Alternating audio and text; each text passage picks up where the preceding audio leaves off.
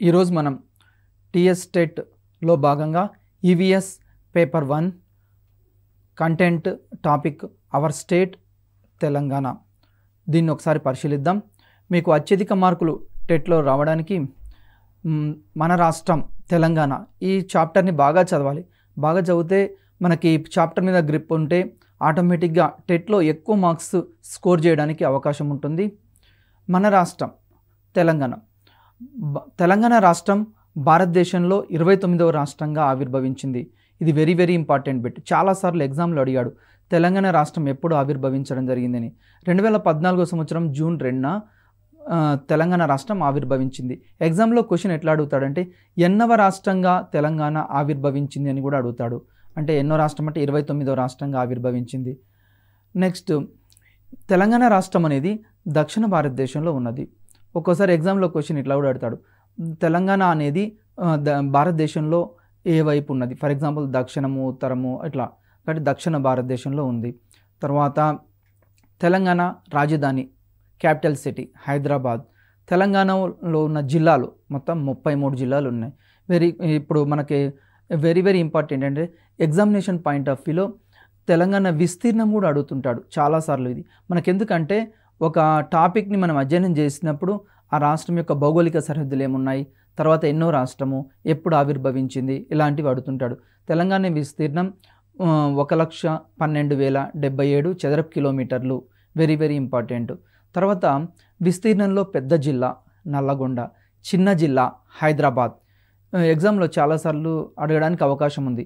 ఎందుకంటే పెద్ద జిల్లా నల్గొండ, చిన్న జిల్లా హైదరాబాద్, వీటికి సంబంధించి.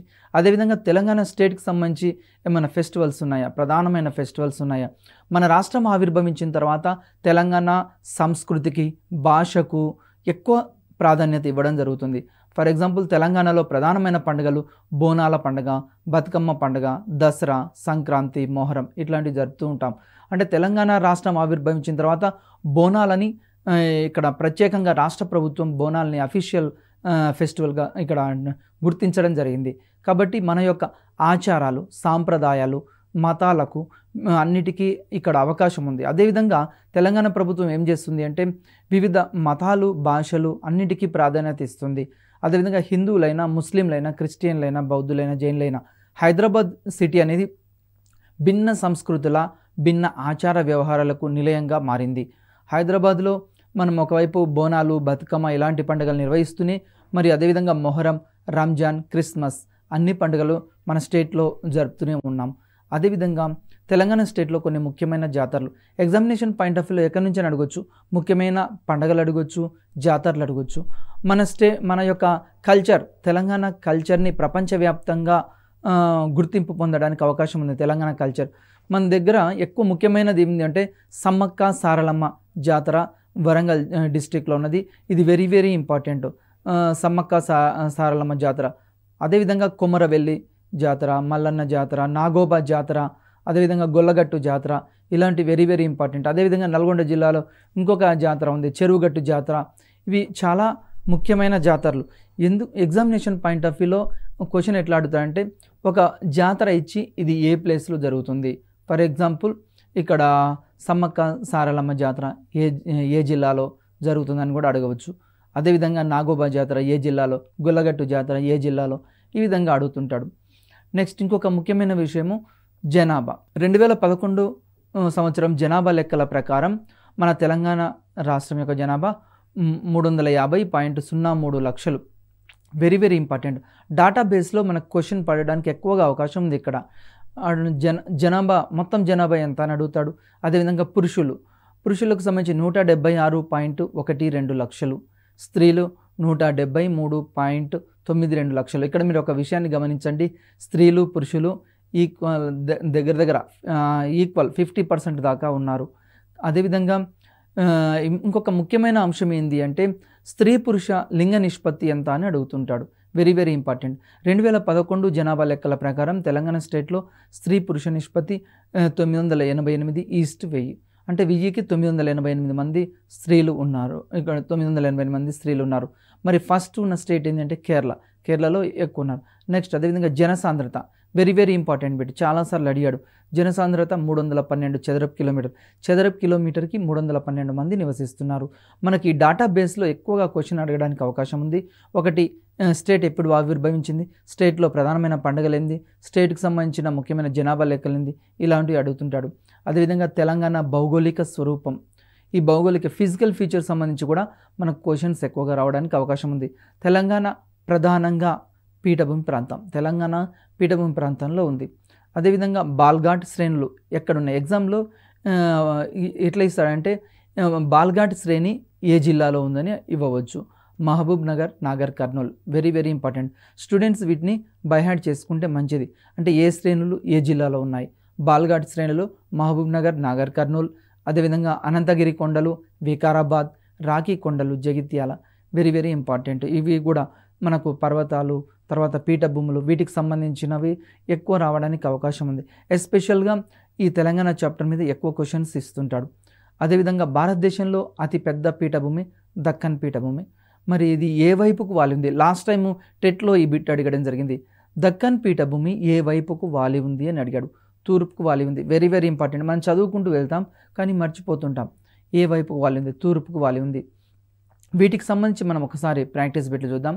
తెలంగాణ రాష్ట్రం ఏర్పడిన తేదీ, option A June 2, 2014, option B July 2, 2014, option C June 22, 2014, option D July 22, 2014. Correct answer ఏంటంటే జూన్ 2, 2014. అదేవిధంగా నెక్స్ట్ రాష్ట్ర ప్రభుత్వం, మన తెలంగాణ రాష్ట్రంలో రాష్ట్ర ప్రభుత్వం ఏ విధంగా ఉంది ఒకసారి పరిశీలిద్దాం. రాష్ట్ర స్థాయిలో రాష్ట్ర ప్రభుత్వం ఉంటుంది. దీంట్లో ఈ రాష్ట్ర ప్రభుత్వంలో ఏమేం భాగం, ఒక్కోసారి ఎగ్జామ్లో ఇట్లా కూడా క్వశ్చన్ అడుగుతాడు. రాష్ట్ర ప్రభుత్వంలో క్రింది వానిలో భాగం కానిదేది అని అడగవచ్చు, భాగమైందని అడగవచ్చు. ఒకటి శాసన నిర్మాణం, రెండోది కార్యనిర్వహణ విభాగం, మూడోది న్యాయశాఖ. 3 విభాగాలు ఉన్నాయి. ఫస్ట్ శాసన నిర్మాణం గురించి చూద్దాం. ప్రతి రాష్ట్రం గవర్నర్ మరియు ఇక్కడ చట్టసభలు కలిగి ఉంటుంది. ఇక్కడ శాసన నిర్మాణంలో రాష్ట్రంలో ఎవరెవరు భాగము అంటే గవర్నర్ ప్లస్ చట్టసభలు. నెక్స్ట్ అదేవిధంగా కొన్ని రాష్ట్రాలు 2 సభలు కలిగి ఉన్నాయి, మరి కొన్ని రాష్ట్రాలు 1 సభ మాత్రమే కలిగి ఉంది. ఇది కూడా వెరీ వెరీ ఇంపార్టెంట్. ఏ రాష్ట్రంలో 2 సభలు ఉన్నాయి, ఏ రాష్ట్రంలో 2 సభలు లేవు, మన రాష్ట్రంలో 2 సభలు ఉన్నాయి. ఇది వెరీ వెరీ ఇంపార్టెంట్. అదేవిధంగా తెలంగాణ రాష్ట్రంలో 2 సభలు ఉన్నాయి. దిగువ సభ పేరు శాసనసభ అని, అంటే దిగువ సభను ఎన్నికయ్యే సభ్యులని ఇక్కడ ఎమ్మెల్యేలు అంటారు. దిగువ సభ వెరీ వెరీ ఇంపార్టెంట్. దిగువ సభ పేరు శాసనసభ, మరి దీంట్లో ఉండే సభ్యులను ఎమ్మెల్యేలు అంటారు. ఇది ప్రజలతోటి ఎమ్మెల్యేలు ఎన్నుకోబడతారు ప్రత్యక్షంగా. ఎమ్మెల్యేలు ఏ విధంగా ఎన్నుకోబడతారు, ప్రజల చేత ఓటు హక్కుతోటి. 18 సంవత్సరాలు నిండిన ప్రతి పౌరుడు కూడా తన ఓటు హక్కును వినియోగించుకుని ఇక్కడ ఎమ్మెల్యేలని రాష్ట్ర శాసనసభకు పంపించడం జరుగుతుంది. అదేవిధంగా రెండో సభ ఎగువ సభ, దీని పేరు శాసన మండలి. మరి ఈ ఎగువ సభ శాసన ఈ సభ్యుని పేరుని ఏమంటామంటే ఎమ్మెల్సీస్ అంటాం. ఎమ్మెల్సీస్ అంటే శాసన మండలి సభ్యుడు, వెరీ వెరీ ఇంపార్టెంట్. ఇవి కూడా శాసనసభ. మరి ఒక ముఖ్యమైన అంశం ఏంటంటే తెలంగాణ రాష్ట్రంలో శాసనసభలో సభ్యుల సంఖ్య ఎంత అని ఎగ్జామ్లో చాలాసార్లు అడగడానికి అవకాశం ఉంది ఇక్కడ. ఎందుకంటే 119 మంది ఎమ్మెల్యేలు ఉన్నారు. అదేవిధంగా తెలంగాణ రాష్ట్రంలో మొత్తం ఎమ్మెల్యేలు ఎంత అంటే ఇక్కడ 119, SC 19, ST 12. Very very important. ఈ మూడిట్ల నుంచి ఒక బిట్ అడగడానికి అవకాశం ఉంది ఇక్కడ. మొత్తం ఎమ్మెల్యేలు అయితే 119, ఎస్సీ అయితే 19, ఎస్టీ 12. నెక్స్ట్ శాసనసభ కాల పరిమితి. జనరల్గా శాసనసభ కాల పరిమితి 5 సంవత్సరాలు ఉంటుంది. ఒక్కోసారి 5 సంవత్సరాల కంటే ముందు కూడా రద్దు చేయడానికి గవర్నర్కి అవకాశం ఉంటుంది, అది ప్రత్యేకమైన పరిస్థితుల్లో. అంటే శాసనసభ కాల పరిమితి 5 సంవత్సరాలు. చాలాసార్లు ఈ బిట్ అడగడం జరిగింది, శాసనసభ కాల పరిమితి ఎంత. అదేవిధంగా శాసనసభ సంవత్సరానికి ఎన్నిసార్లు సమావేశం అవుతుంది, ఇది వెరీ వెరీ ఇంపార్టెంట్ బిట్. సంవత్సరానికి శాసనసభ 2 సార్లు సమావేశం అవుతుంది. మరి ఒక సమావేశానికి మరి ఒక సమావేశానికి మధ్య గ్యాప్ ఎంత ఉండాలి, ఎంత తేడా ఉండాలి అంటే ఒక సమావేశానికి మరి ఒక సమావేశానికి మధ్య తేడా 6 నెలలకు మించరాదు. Very very important bit. ఇది కూడా గ్రూప్స్లో అయినా, టెట్లో అయినా, డిఎస్సిలో అయినా చాలాసార్లు ఈ బిట్ అడగడం జరిగింది. శాసనసభ సమావేశాలకు ఒక సమావేశానికి మరి ఒక సమావేశానికి ఎంత కాల పరిమితి అంటే 6 నెలలకు మించరాదు. ఎగ్జామ్లో ఇట్లా కూడా క్వశ్చన్ ఇస్తాడు. ఆప్షన్ ఏ 6 నెలలు, ఆప్షన్ బి 6 నెలలకు మించరాదు, ఆప్షన్ సి 5 నెలలు, ఆప్షన్ డి ఏది కాదు. ఇక్కడ కరెక్ట్ ఆన్సర్ ఏంటంటే 6 నెలలకు మించరాదు. Next speaker. శాసనసభ అధ్యక్షుడిని స్పీకర్ అంటాం. జనరల్గా శాసనసభ అధ్యక్షుడిని ఏమంటాం? స్పీకర్ అంటాం. మరి ఈ స్పీకర్ ఎట్లా ఎన్నుకోబడతాడు అంటే 119 తెలంగాణ రాష్ట్రంలో ఉన్న ఈ 119 మంది ఎమ్మెల్యేలు తమలో ఒకరిని స్పీకర్గా ఎన్నుకుంటారు. అంటే ఎమ్మెల్యేలని ప్రజలు ఎన్నుకుంటారు. ఈ ఎమ్మెల్యేలు మళ్ళీ ఏం చేస్తారు? తిరిగి ఒక స్పీకర్ని ఎన్నుకోవడం జరుగుతుంది. నెక్స్ట్ శాసన మండలి రెండోది. ఫస్ట్ది శాసనసభ, రెండోది శాసన మండలి. రాష్ట్రంలో ఎగువ సభకు ఉన్న పేరు శాసన మండలి. ఎగువ సభకు ఉన్న దీన్నే పెద్దల సభ అని కూడా అంటుంటాం. పెద్దల సభ. తెలంగాణ శాసన మండలి 2014లో ఏర్పడింది. మన శాసన మండలి ఎప్పుడు ఏర్పడింది అంటే 2014లో. మనకు తెలంగాణ రాష్ట్రం ఏర్పడ్డ తర్వాత శాసన మండలి ఏర్పడడం జరిగింది. అంతకుముందు శాసన మండలి లేదు. ఎప్పుడు ఏర్పడింది అంటే 2014లో ఏర్పడింది. తెలంగాణ శాసన మండలిలో మొత్తం ఎంతమంది సభ్యులు అంటే 40 మంది సభ్యులు. Very very important. శాసనసభలో అయితేనేమో 119 మంది, శాసన మండలిలో 40 మంది సభ్యులు. మరి అదేవిధంగా శాసన మండలి సభ్యుల పదవీ కాలం ఎంత అంటే 6 సంవత్సరాలు. అదే శాసనసభ సభ్యుల పదవీ కాలం ఎంత అంటే 5 సంవత్సరాలు. ఇక్కడ మనం అభ్యర్థులు ప్రిపరేషన్ కొనసాగించేటప్పుడు ఏం చేయాలి అంటే కంపారిజన్ చేయాలి ఒకదానికి మరొకదానికి. శాసనసభకు శాసన మండలికి కంపారిజన్ చేయాలి. అదేవిధంగా ఇక్కడ పదవీ కాలం, ఇక్కడ శాసన మండలి పదవీ కాలం 6 సంవత్సరాలు. అదేవిధంగా ఇంకొక ఇంపార్టెంట్, ఎమ్మెల్యేగా పోటీ చేయాలంటే అర్హతలు ఏమేమి ఉండాలి? ఒక ఎమ్మెల్యేగా పోటీ చేయాలంటే నెంబర్ 1 భారతీయ పౌరుడై ఉండాలి. ఇది అదేవిధంగా ఎంపీగా పోటీ చేయాలన్నా భారతీయ పౌరుడై ఉండాలి. ఇది వెరీ వెరీ ఇంపార్టెంట్. భారతీయ పౌరుడై ఉండాలి. రెండవది 25 సంవత్సరాలు దాటి ఉండాలి. Very very important. ఎన్ని సంవత్సరాలు? 25 years. అంటే ఒక్కొక్క పదవికి ఒక్కొక్క ఏజ్ ఉంటుంది. మనము ఇక్కడ ఎమ్మెల్యేకి మాత్రం 25 years. అదేవిధంగా మూడోది, ఎలాంటి లాభదాయక ప్రభుత్వ ఉద్యోగం చేయరాదు. ఎలాంటి ప్రభుత్వానికి సంబంధించిన లాభదాయకమైన ఉద్యోగం చేయరాదు. ఎమ్మెల్యేగా పోటీ చేయాలంటే ఫస్ట్ ఇండియన్ సిటిజన్షిప్ ఉండాలి. రెండోది 25 సంవత్సరాలు నిండి ఉండాలి. మూడోది ఎలాంటి లాభదాయకమైన ప్రభుత్వ ఉద్యోగం చేయరాదు. మరి ఎమ్మెల్సీ అర్హతలు ఏమిటి? ఇది కూడా వెరీ వెరీ ఇంపార్టెంట్. ఎమ్మెల్సీ అర్హతలు భారతీయ పౌరుడై ఉండాలి. తర్వాత 30 సంవత్సరాలు నిండి ఉండాలి. ఇందాక ఎమ్మెల్యేకి అయితే ఎంత చెప్పాము? 25 years. అదేవిధంగా ఎమ్మెల్సీకి అయితే 30 years నిండి ఉండాలి.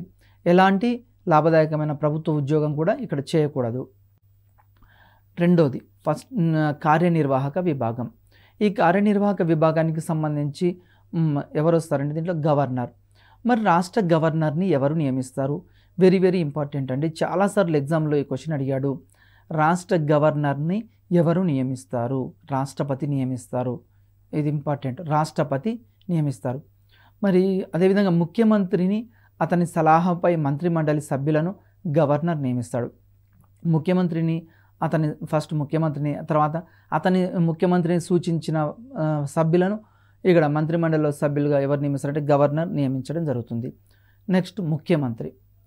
శాసనసభలో సగం కంటే ఎక్కువ స్థానాలు సాధించిన రాజకీయ పార్టీ శాసనసభ్యులు నాయకుడిని ఎన్నుకుంటారు. అంటే శాసనసభ ఎలక్షన్స్ అవుతాయి. ఎలక్షన్స్ అయిన తర్వాత ఏ రాజకీయ పార్టీకి అయితే ఎక్కువ స్థానాలు గెలుపొందుతుందో ఆ రాజకీయ పార్టీని గవర్నర్ ఆహ్వానిస్తాడు. గవర్నర్ ఆహ్వానించిన తర్వాత ఆ రాజకీయ పార్టీలో ఎవరినైతే సూచిస్తాడో వాళ్ళని ఇక్కడ ముఖ్యమంత్రిగా నియమించడం జరుగుతుంది. అంటే శాసనసభలో మెజార్టీ పొందిన రాజకీయ పక్షాన్ని, రాజకీయ పార్టీని గవర్నర్ ఆహ్వానిస్తాడు. గవర్నర్ ఆహ్వానించినప్పుడు ఆ రాజకీయ పార్టీ సభ్యులు వచ్చి ఏం చెప్తారు? తమలో ఒకరిని ముఖ్యమంత్రిగా నియమించమని గవర్నర్ చెప్తారు. గవర్నర్ అప్పుడు సీఎంని నియమిస్తాడు. మూడవది న్యాయశాఖ. రాష్ట్ర స్థాయిలో హైకోర్టు, అత్యున్నత న్యాయస్థానం. Very very important. ఇక్కడ మనకు న్యాయశాఖ ఉంది. ఈ న్యాయశాఖ స్టేట్లోనేమో అత్యున్నత న్యాయస్థానం ఏంటంటే హైకోర్టు. అదేవిధంగా దేశ స్థాయిలో తీసుకుంటే సుప్రీంకోర్టు. అదేవిధంగా జిల్లా స్థాయిలో జిల్లా కోర్ట్స్ ఉంటాయి. ఈ విధంగా వెరీ వెరీ ఇంపార్టెంట్. అంటే చాలాసార్లు ఈ బిట్ కూడా అడిగాడు. వీటికి సంబంధించి ఒకసారి ప్రాక్టీస్ బిట్లు చూద్దాం. రాష్ట్ర గవర్నర్ని నియమించున్నది ఆప్షన్ ఏ ముఖ్యమంత్రి, ఆప్షన్ బి ప్రధానమంత్రి, ఆప్షన్ సి రాష్ట్రపతి, ఆప్షన్ డి పార్లమెంటు. రాష్ట్ర గవర్నర్ని ఎవరు నియమిస్తారు అంటే రాష్ట్రపతి నియమిస్తాడు. ఇది వెరీ వెరీ ఇంపార్టెంట్ బిట్, చాలాసార్లు అడగడం జరిగింది. తెలంగాణ శాసన మండలిలో ఇక్కడ సభ్యుల సంఖ్య వెరీ వెరీ ఇంపార్టెంట్. తెలంగాణ శాసన మండలిలో సభ్యుల సంఖ్య 40. అదే తెలంగాణ శాసన సభలో సభ్యుల సంఖ్య 119. ఇక్కడ మనం గుర్తుంచుకోవాలి, తెలంగాణ శాసన మండలిలో సభ్యుల సంఖ్య 40. తర్వాత గ్రామ పంచాయతీ, లోకల్ బాడీస్ గురించి చూద్దాం. గ్రామ పంచాయతీ మన పౌర సౌకర్యాల నిర్వహణ కోసం గ్రామాల్లో గ్రామ పంచాయతీలు ఉంటాయి. ఇప్పుడు గ్రామ పంచాయతీలని ఎందుకు ఏర్పాటు చేసుకున్నారు అంటే, ఒక ఫర్ ఎగ్జాంపుల్ ఒక కుటుంబం ఉంది, కుటుంబంలోని అవసరాలన్నీ తీరవడం కోసం ఎవరికి అధికారం ఉంటుంది? కుటుంబ పెద్దకు అవకాశం ఇస్తాం. అదేవిధంగా కుటుంబ పెద్ద ఏం చేస్తాడు? ఆ కుటుంబానికి సంబంధించిన అన్ని అవసరాలు, ఆ కుటుంబానికి ఏమేం కావాలి ఆ కుటుంబ పెద్ద చూసుకోవడం జరుగుతుంది. అదేవిధంగా గ్రామానికి కూడా ఒక పెద్ద ఉండాలి. మరి గ్రామంలో ఫర్ ఎగ్జాంపుల్ కొన్ని శానిటేషన్ అయినా, డ్రింకింగ్ వాటర్ అయినా ఇలాంటివన్నీ చూసుకోవాలి. మరి ఇలాంటి వాటి కోసం గ్రామాల్లో ఏం చేస్తాం? గ్రామ పంచాయతీలు ఉంటాయి. ఈ గ్రామ పంచాయతీలు ఉంటాయి, వెరీ వెరీ ఇంపార్టెంట్. తర్వాత గ్రామ సభ ఉంటుంది. గ్రామ పంచాయతీ ఏమి ఏర్పాటు చేస్తుందంటే గ్రామ సభని ఏర్పాటు చేస్తుంది. వెరీ వెరీ ఇంపార్టెంట్ బిట్ ఏంటంటే, ప్రతి గ్రామంలోని ఓటర్లందరూ సభ్యులుగా ఉంటారు. దేంట్లో సభ్యులుగా ఉంటారు? గ్రామ సభలో సభ్యులుగా ఉంటారు. ఇక్కడ ఎగ్జామినేషన్ పాయింట్ ఆఫ్ వ్యూలో క్వశ్చన్ ఎట్లా అడుగుతాడు అంటే, గ్రామ సభలో ఈ క్రింది వారు సభ్యులు అని ఇస్తాడు. ఆప్షన్ ఏ గ్రామంలోని ప్రజలందరూ, ఆప్షన్ బి గ్రామంలోని ఓటర్లందరూ, ఆప్షన్ సి గ్రామంలోని గ్రామ పెద్దలు మరియు పిల్లలు, ఆప్షన్ డి పైవన్నీ. మరి ఇక్కడ కరెక్ట్ ఆన్సర్ ఏంటంటే, గ్రామ సభలో సభ్యులు ఎవరంటే ఓటర్లు మాత్రమే సభ్యులుగా ఉంటారు. Very very important bit. ఇది చాలాసార్లు ఎగ్జామ్లో అడగడం జరిగింది. గ్రామ సభ ఎవరి అధ్యక్షతన జరుగుతుంది? గ్రామ సభ ఎవరి అధ్యక్షతన జరుగుతుంది అంటే సర్పంచ్ అధ్యక్షతన జరుగుతుంది. మరి గ్రామ సభని ఎందుకు ఏర్పాటు చేస్తాం? గ్రామ సభని ఎందుకు ఏర్పాటు చేస్తాము అంటే, ఆ గ్రామానికి సంబంధించిన ప్రభుత్వ సంక్షేమ పథకాలు ఉంటాయి. ఆ ప్రభుత్వ సంక్షేమ పథకాల లబ్ధిదారుల ఎన్నిక కోసం ఈ గ్రామ సభను ఏర్పాటు చేస్తుంటాం. అదేవిధంగా గ్రామ సభలోనే తీర్మానించి మాత్రమే ఇండ్లు వచ్చాయి. ఫర్ ఎగ్జాంపుల్ ఒక గ్రామానికి ఇండ్లు వచ్చాయి, ఎవరెవరికి ఇండ్లు ఇవ్వాలి అన్నప్పుడు ఆ గ్రామ సభ ఏర్పాటు చేసి ఆ గ్రామ సభలో లబ్ధిదారులను ఇక్కడ ఎన్నుకోవడం జరుగుతుంది. మరి ఈ గ్రామ సభకు ఎవరు అధ్యక్షత వహిస్తారు అంటే సర్పంచ్ అధ్యక్షత వహిస్తాడు. గ్రామ పంచాయతీ నిర్మాణం గ్రామ పంచాయతీ ఎన్నికల ద్వారా ఏర్పాటు చేస్తారు. ఈ గ్రామ పంచాయతీని ఏ గ్రామంలో అయినా గ్రామ పంచాయతీని ఏ విధంగా ఏర్పాటు చేస్తారంటే ఎన్నికల ద్వారా ఏర్పాటు చేస్తారు. మరి ఎన్నికలకు సంబంధించి ఎవరు నిర్వహిస్తారు? గ్రామ పంచాయతీ ఎన్నికలను ఎవరు నిర్వహిస్తారు? ఇది చాలాసార్లు ఎగ్జామ్లో అడగడం జరిగింది. గ్రామ పంచాయతీ ఎన్నికలను ఎవరు నిర్వహిస్తారు అంటే రాష్ట్ర ఎన్నికల సంఘం నిర్వహిస్తుంది. Very very important bit. గ్రామ పంచాయతీ ఎన్నికలను ఎవరు నిర్వహిస్తారు అంటే రాష్ట్ర ఎన్నికల సంఘం నిర్వహిస్తుంది. అదేవిధంగా గ్రామ పంచాయతీలో జనరల్గా మనకు ఇంత జనాభా ఉంటే ఒక గ్రామ పంచాయతీ ఏర్పాటు చేయాలని, అదేవిధంగా కేసీఆర్ గవర్నమెంట్ వచ్చిన తర్వాత ప్రతి తండాను కూడా ఇక్కడ గ్రామ పంచాయతీగా చేయడం జరిగింది. అంటే గ్రామ పంచాయతీని ఎందుకు ఏర్పాటు చేస్తున్నారంటే ప్రజలకు కావలసిన సౌకర్యాలు కల్పించడం కోసం, అదేవిధంగా ఆ గ్రామంలో ఎవరైతే నిరుపేదలు ఉంటారో ఆ నిరుపేదలకు కావలసిన లబ్ధిదారుల ఎంపిక కోసం, అంటే ప్రభుత్వ సంక్షేమ కార్యక్రమం అమలు చేసేటప్పుడు లబ్ధిదారుల ఎంపిక కోసం ఇక్కడ గ్రామ పంచాయతీలని నిర్మాణం జరిగింది. తర్వాత గ్రామంలో 18 సంవత్సరాలు నిండిన ప్రతి వ్యక్తి గ్రామ పంచాయతీ ఎన్నికల్లో ఓటర్గా నమోదు కావచ్చు. ఎవరు ఓటర్గా నమోదవుతారు? ఇది చాలాసార్లు ఎగ్జామ్లో అడగడం జరిగింది. ఎవరు ఓటర్గా ఎన్నికవుతాడు? 18 సంవత్సరాలు నిండిన వాళ్ళకి ఓటు హక్కు ఉంటుంది. Very very important. ఓటు హక్కు ఎన్ని సంవత్సరాలకు వస్తుందని ఎగ్జామ్లో అడుగుతాడు. 18 సంవత్సరాలు నిండితే ఓటు హక్కు ఉంటుంది. ప్రతి గ్రామ పంచాయతీలో జనాభాను బట్టి 5 నుండి 21 మంది వార్డు సభ్యులు ఉంటారు. అంటే ఆ గ్రామంలో ఉన్న జనాభాను బట్టి ఏం చేస్తారు? వార్డ్స్ ఉంటాయి. ఈ వార్డు మెంబర్లు మినిమం 5, మ్యాక్సిమం 21. 21 మంది కంటే ఎక్కువ వార్డు మెంబర్స్ ఉండడానికి వీలేదు. అంటే 21 మంది ఉంటారు 5 నుంచి. అదేవిధంగా 21 సంవత్సరాలు నిండిన వారు గ్రామ పంచాయతీ ఎన్నికల్లో పోటీ చేయుటకు అర్హులు. Very very important bit. ఇంతకుముందు మనం ఏం చర్చించాము అంటే ఎమ్మెల్యేగా పోటీ చేయాలంటే ఎంత అన్నాము? 25 సంవత్సరాలు. అదేవిధంగా శాసన మండలి సభ్యునిగా పోటీ చేయాలి అంటే 30 సంవత్సరాలు. అదేవిధంగా గ్రామ పంచాయతీ ఎన్నికల్లో పాల్గొనాలి అంటే 21 సంవత్సరాలు. అభ్యర్థులు ఇక్కడ గుర్తుంచుకోవాల్సిన అంశం ఏంటి అంటే, మీరు ఎగ్జామ్కి ప్రిపేర్ అయ్యేటప్పుడు ఈ ఎన్నికకు సంబంధించిన అంశం అంటే అక్కడ గ్రామ పంచాయతీ, తర్వాత శాసనసభ, అదేవిధంగా శాసన మండలి, వీటికి సంబంధించి ఒకవైపు రాసుకోండి. అదేవిధంగా మరొక వైపు వయస్సులు రాయండి. ఫర్ ఎగ్జాంపుల్ శాసనసభ 25 సంవత్సరాలు, శాసన మండలి 30 సంవత్సరాలు, గ్రామ పంచాయతీ 21 సంవత్సరాలు. ఈ విధంగా రాస్తే ఏమవుతుందంటే మీకు ఎగ్జామ్లో సులువుగా గుర్తించడానికి అవకాశం ఉంటుంది. Very very important bit. గ్రామ పంచాయతీ ఎన్నికల్లో పోటీ చేయడానికి 21 సంవత్సరాలు నిండి ఉండాలి. అదేవిధంగా గ్రామ పంచాయతీ ఎన్నికల్లో మహిళలకు రిజర్వేషన్ ఎంత? ఇది చాలాసార్లు బిట్ అడగడం జరిగింది. గ్రామ పంచాయతీ ఎన్నికల్లో 50% అంటే 50% మహిళలకు ఇక్కడ కేటాయించడం జరుగుతుంది. 50% మహిళలకు కేటాయించడం జరుగుతుంది.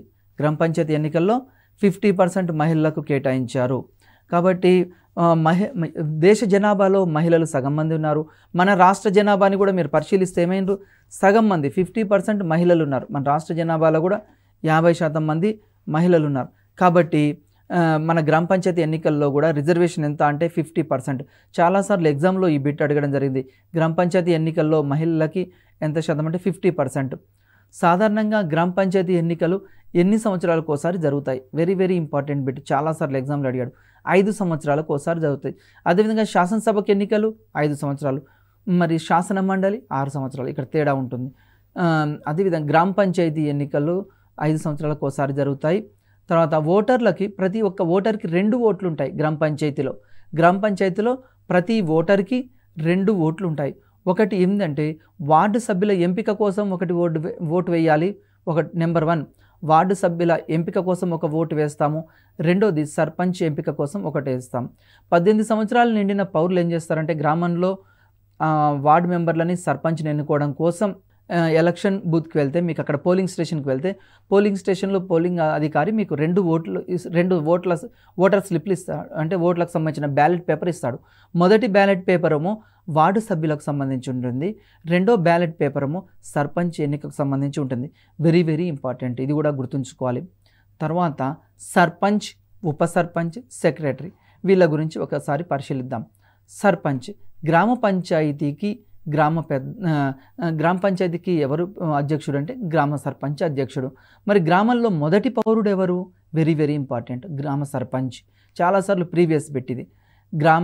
గ్రామంలో మొదటి పౌరుడు ఎవరు అని అడుగుతాడు. గ్రామంలో మొదటి పౌరుడు సర్పంచ్.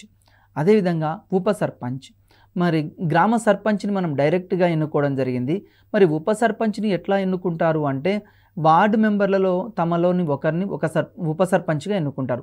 అంటే వార్డు మెంబర్లు మనం ఇంతకుముందు చెప్పాము, గ్రామ పంచాయతీ జనాభాను బట్టి 5 నుండి 21 వార్డ్స్ ఉంటాయి. మరి దీంట్లో ఆ వార్డు మెంబర్లు ఏం చేస్తారు, తమలో ఒకరిని ఉప సర్పంచ్గా ఎన్నుకుంటారు. మూడోది సెక్రటరీ. మరి సెక్రటరీ ఎవరు అంటే ఇతను ప్రభుత్వ ఉద్యోగి. ప్రతి గ్రామ పంచాయతీకి ఒక ప్రభుత్వ ఉద్యోగి ఉంటాడు, అతని పేరు సెక్రటరీ. మీరు కూడా చూసి ఉంటారు, ప్రతి గ్రామ పంచాయతీలో ఒక సెక్రటరీ ఉండడం జరుగుతుంది. ఇతను ప్రభుత్వ ఉద్యోగి. మరి సర్పంచ్, ఉప సర్పంచ్ వీళ్ళు ప్రజాప్రతినిధులు. తర్వాత పంచాయతీ సమావేశాలు, గ్రామ పంచాయతీ సమావేశం ప్రతి 6 నెలలకు ఒకసారి జరుగుతుంది. ఇక్కడ గ్రామ పంచాయతీ సమావేశం కూడా ఎన్ని నెలలకు ఒకసారి జరుగుతుంది అంటే 6 నెలలకు ఒకసారి జరుగుతుంది. Very very important. అదేవిధంగా మరి ఈ సమావేశానికి ఎంతమంది సభ్యులు హాజరు కావాలి? కోరం అంటాం దాన్ని. ఎంతమంది సభ్యులు హాజరు కావాలి అంటే సగం మంది హాజరు కావాలి. సగం మంది హాజరైతేనే ఆ గ్రామ పంచాయతీ సమావేశం ఇక్కడ జరుగుతుంది, లేకుంటే జరగదు. అంటే 50% హాజరు కావాలి, ఆ సభ్యుల్లో 50% హాజరు కావాలి. గ్రామ పంచాయతీ విధులు వెరీ వెరీ ఇంపార్టెంట్. చాలాసార్లు బిట్ ఎట్లా అడుగుతాడు అంటే ఈ క్రింది వాటిలో గ్రామ పంచాయతీ విధి కానిదేది అంటాడు, లేకుంటే ఈ క్రింది వాటిలో గ్రామ పంచాయతీ విధి ఏది అని అడుగుతుంటాడు. కాబట్టి గ్రామ పంచాయతీ విధులు మనకు తెలిసి ఉండాలి. నెంబర్ 1 రహదారుల నిర్వహణ. గ్రామంలో వివిధ రకాల రోడ్లు, అంటే మట్టి రోడ్లైనా తార్ రోడ్లైనా అలాంటి రోడ్లన్నింటినీ, తర్వాత రోడ్ల నిర్వహణ అంటే ఆ గ్రామానికి సంబంధించిన రోడ్లు శాంక్షన్ అయినా వాటన్నింటినీ నిర్వహించాల్సిన బాధ్యత ఎవరి మీద ఉందంటే ఇక్కడ రహదారుల పైన ఉన్నది. అంటే ఇక్కడ రహదారుల నిర్మాణం వెరీ వెరీ ఇంపార్టెంట్. అదేవిధంగా రెండోది మురికి కాలువలు శుభ్రం చేయడం. మరి గ్రామంలో మురికి కాలువలు ఎవరు శుభ్రం చేస్తారు అంటే ఆ గ్రామ పంచాయతీకి సంబంధించిన సిబ్బంది చేత మురికి కాలువలను శుభ్రం చేయిస్తుంటారు. ఇక్కడ సర్పంచ్ ఏం చేస్తుంటాడు, వార్డు మెంబర్లకు చెప్పి ఆ గ్రామంలో ఉన్న శానిటైజర్ వర్కర్లను ఉపయోగించుకొని ఇక్కడ మురికి కాలువలను శుభ్రం చేయాలి. ఎందుకు అంటే ఈ మురికి కాలువలను శుభ్రం చేయకుంటే ప్రజలు అనారోగ్యం పాలవుతారు, అదేవిధంగా ప్రజలు వివిధ రకాల వ్యాధుల బారిన పడడానికి అవకాశం ఉంది. కాబట్టి గ్రామ పంచాయతీ యొక్క ముఖ్యమైన విధి ఏంటి అంటే శానిటేషన్, అంటే మురికి కాలువలకు సంబంధించి శుభ్రం చేయడం. అదేవిధంగా 3 త్రాగునీరు, డ్రింకింగ్ వాటర్. ప్రతి గ్రామానికి సంబంధించిన గ్రామ పంచాయతీ యొక్క ముఖ్య విధి ఏంటంటే డ్రింకింగ్ వాటర్ని అందించడం. ఎస్పెషల్గా సమ్మర్ సీజన్లో గ్రామీణ ప్రాంతాల్లో మనం పరిశీలిస్తే ఎక్కువగా డ్రింకింగ్ వాటర్కి ఇబ్బంది పడుతూ ఉంటారు. మరి ఈ విధంగా డ్రింకింగ్ వాటర్కి ఇబ్బంది పడకుండా ఆ గ్రామ పంచాయతీకి సంబంధించిన సర్పంచి, ఉప సర్పంచి, తర్వాత వార్డు సభ్యులు, ఆ గ్రామంలోని గ్రామ పెద్దలందరూ కలిసి ఈ డ్రింకింగ్ వాటర్ ఎక్కడి నుంచి తీసుకురావాలని ఆలోచించి ప్రణాళికలు రూపొందిస్తుంటారు. డ్రింకింగ్ వాటర్ అందించడం కూడా గ్రామ పంచాయతీ యొక్క ప్రధాన విధి. అదేవిధంగా నేడు తెలంగాణ రాష్ట్ర ప్రభుత్వం ప్రతి ఇంటింటికి మంచినీటిని అందిస్తుంది మిషన్ భగీరథ అనే పథకం ద్వారా. వెరీ వెరీ ఇంపార్టెంట్ అండి. మిషన్ భగీరథ పథకం ద్వారా ఏం చేస్తున్నారు, గ్రామంలో అయినా పట్టణాల్లో అయినా మిషన్ భగీరథను ఈ పథకాన్ని ఉపయోగించి డ్రింకింగ్ వాటర్ ఫెసిలిటీని అందించడం జరుగుతుంది. అదేవిధంగా 4 వీధి దీపాల నిర్వహణ. గ్రామ పంచాయతీ యొక్క మరొక ముఖ్యమైన విధి ఏంటి అంటే స్ట్రీట్ లైట్స్ ఏర్పాటు చేయడం. అంటే నైట్ టైంలో, రాత్రి సమయాల్లో గ్రామ ప్రజలు పొలాలకు వెళ్ళి వస్తుంటారు. కొద్దిమంది పొలాలకు వెళ్తుంటారు, ఇతర పనుల మీద బయటికి వెళ్తుంటారు. కాబట్టి ఆ వీధుల్లో వీధి దీపాల నిర్వహణ కూడా ఎవరి మీద ఆధారపడింది అంటే గ్రామ పంచాయతీ మీదనే ఆధారపడింది. గ్రామ పంచాయతీ ఎగ్జామినేషన్ పాయింట్ ఆఫ్ వ్యూలో ఎట్లా అడుగుతా అంటే గ్రామ పంచాయతీ విధులు ఏమిటి అని అడుగుతాడు. ఆప్షన్ ఏ రహదారుల నిర్మాణం, ఆప్షన్ బి మురికి కాలువలను శుభ్రం చేయడం, ఆప్షన్ సి తాగునీరు, ఆప్షన్ డి వీధి దీపాల నిర్వహణ, ఆప్షన్ ఈ పైవన్నీ. ఆన్సర్ ఏంది? పైవన్నీ వస్తుంది. ఇక్కడ వెరీ వెరీ ఇంపార్టెంట్. అదేవిధంగా గ్రామ పంచాయతీ నిధులు. మరి గ్రామ పంచాయతీకి ఈ పై విధులు నిర్వహించడానికి నిధులు ఎక్కడి నుంచి వస్తాయి, డబ్బులు ఎక్కడి నుంచి వస్తాయి? నెంబర్ 1 ఇంటి పన్ను వసూలు చేయడం. గ్రామ పంచాయతీ యొక్క ముఖ్యమైన విధి ఏంటంటే హౌస్ ట్యాక్స్ వసూలు చేసుకుంటుంది. అదేవిధంగా భూమి శిస్తు కూడా వసూలు చేస్తుంది. ఈ రెండింటి ద్వారా గ్రామ పంచాయతీ నిధుల్ని సేకరించుకుంటుంది. Very very important. తర్వాత ఉత్తమ గ్రామ పంచాయతీ. ఏ గ్రామ పంచాయతీ అయితే ప్రజలకు కావాల్సిన పౌర సౌకర్యాల్ని ఉత్తమంగా కల్పించగలుగుతుందో ఆ గ్రామ పంచాయతీలకి ప్రతి సంవత్సరం ఏం చేస్తారంటే అవార్డ్స్ ఇస్తారు. మన దగ్గర జంగమ్మ, కాజీపల్లి, గంగదేవిపల్లి గ్రామ పంచాయతీలు ఉత్తమ గ్రామ పంచాయతీలుగా ఎన్నిక కావడం జరిగింది.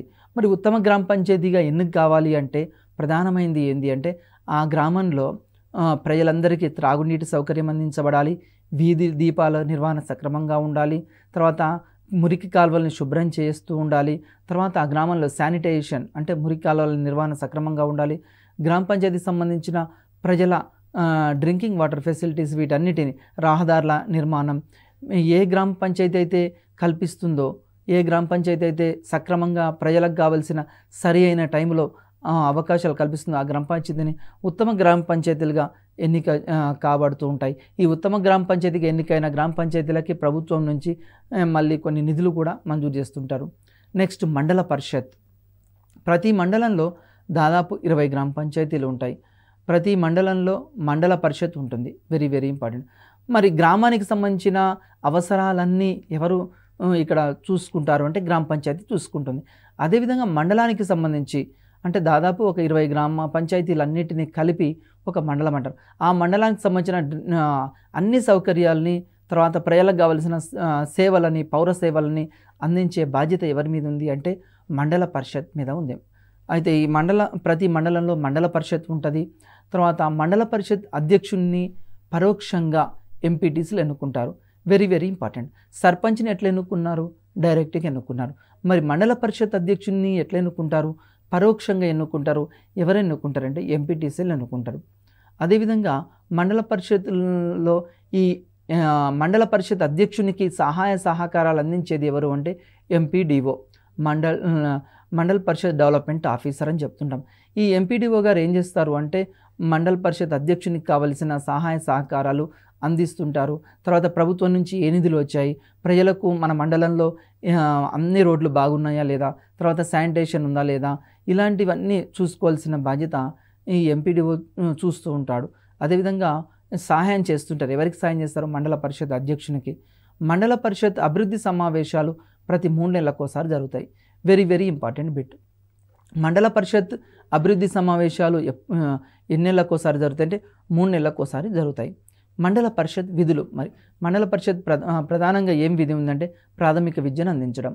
అంటే ప్రతి ఊరిలో ప్రతి హ్యాబిటేషన్లో కూడా ఒక స్కూల్ ఉండాలి అని ఈ మండల పరిషత్ యొక్క ఆశయం. అదేవిధంగా మండలంలో రోడ్ల నిర్మాణం, మండలంలో ఉన్న ఎడ్యుకేషన్ సంబంధించి మండలంలో ఉన్న రోడ్ల నిర్మాణం, మండలంలో ఉన్న శానిటేషన్, ఇవన్నీ కూడా మండల పరిషత్ చూస్తుంది. మండల ప్రజా పరిషత్ జనరల్ బాడీ సమావేశం నిర్వహించున్నది. Very very important bit. Last year టెట్లో అడిగాడు ఈ బిట్టు. మండల ప్రజా పరిషత్ జనరల్ బాడీ సమావేశాలను నిర్వహించున్నది ఎవరు? ఆప్షన్ ఏ వ్యవసాయాధికారి, ఆప్షన్ బి తహసీల్దార్, ఆప్షన్ డి మండల విద్యాధికారి, ఆప్షన్ డి మండల పరిషత్ అభివృద్ధి అధికారి. ఆన్సర్ ఏంటంటే మండల పరిషత్ అభివృద్ధి అధికారి ఎంపీడీఓ గారు ఈ మండల పరిషత్ జనరల్ బాడీ సమావేశం నిర్వహిస్తుంటాడు. తర్వాత మున్సిపాలిటీలు మరియు మున్సిపల్ కార్పొరేషన్లు మరి ఎంత ఉంటే నగర పంచాయతీ అంటే 20,000 నుండి 40,000 జనాభా ఉంటే నగర పంచాయతీ ఏర్పాటు చేస్తారు. మున్సిపల్ కౌన్సిల్ 40,000 నుండి 3 లక్షల జనాభా ఉంటే ఏం చేస్తారంటే మున్సిపల్ కౌన్సిల్ ఉంటుంది. అదేవిధంగా మున్సిపల్ కార్పొరేషన్ 3 లక్షల పైన జనాభా ఉంటే మున్సిపల్ కార్పొరేషన్ ఉంటుంది. వెరీ వెరీ ఇంపార్టెంట్, ఇవి కూడా గుర్తుంచుకోవాలి. ఈ చాప్టర్ మీద మనకు ప్రాక్టీస్ బిట్ ఎట్లా వస్తాయో చూద్దాం. తెలంగాణ రాష్ట్ర శాసనసభలో సభ్యుల సంఖ్య option A 115, option B 117, option C 119, option D 121. మరి కరెక్ట్ ఆన్సర్ ఏంటంటే 119. అదేవిధంగా శాసన సభ్యునిగా అంటే ఎమ్మెల్యేగా పోటీ చేయుటకు కనీస వయస్సు ఎంత? Very very important bit. ఇది చాలాసార్లు టెట్ ఎగ్జామ్లో అడిగాడు. ఆప్షన్ ఏ 21 సంవత్సరాలు, ఆప్షన్ బి 25 సంవత్సరాలు, ఆప్షన్ సి 30 సంవత్సరాలు, ఆప్షన్ డి 35 సంవత్సరాలు. ఒక ఎమ్మెల్యేగా పోటీ చేయాలంటే కనీసం ఎంత ఏజ్ ఉండాలి అంటే 25 ఇయర్స్ ఉండాలి, 25 సంవత్సరాలు నిండి ఉండాలి. మనము ఈ చాప్టర్లో ముఖ్యంగా మనం ఏం పరిశీలించాము అంటే గ్రామ పంచాయతీ విధులు, అదేవిధంగా మున్సిపాలిటీ, తర్వాత రాష్ట్ర ప్రభుత్వం ఎమ్మెల్యేలు, ఎంపీలు, వీటన్నిటి అర్హతలు, వీటన్నిటిని పరిశీలించడం జరిగింది. అదేవిధంగా నెక్స్ట్ వీటి మీద మీరు బాగా ప్రాక్టీస్ చేస్తే ఎక్కువ మార్కులు సాధిస్తారు. నెక్స్ట్ చాప్టర్లో మనము మళ్ళీ కలుసుకుందాం.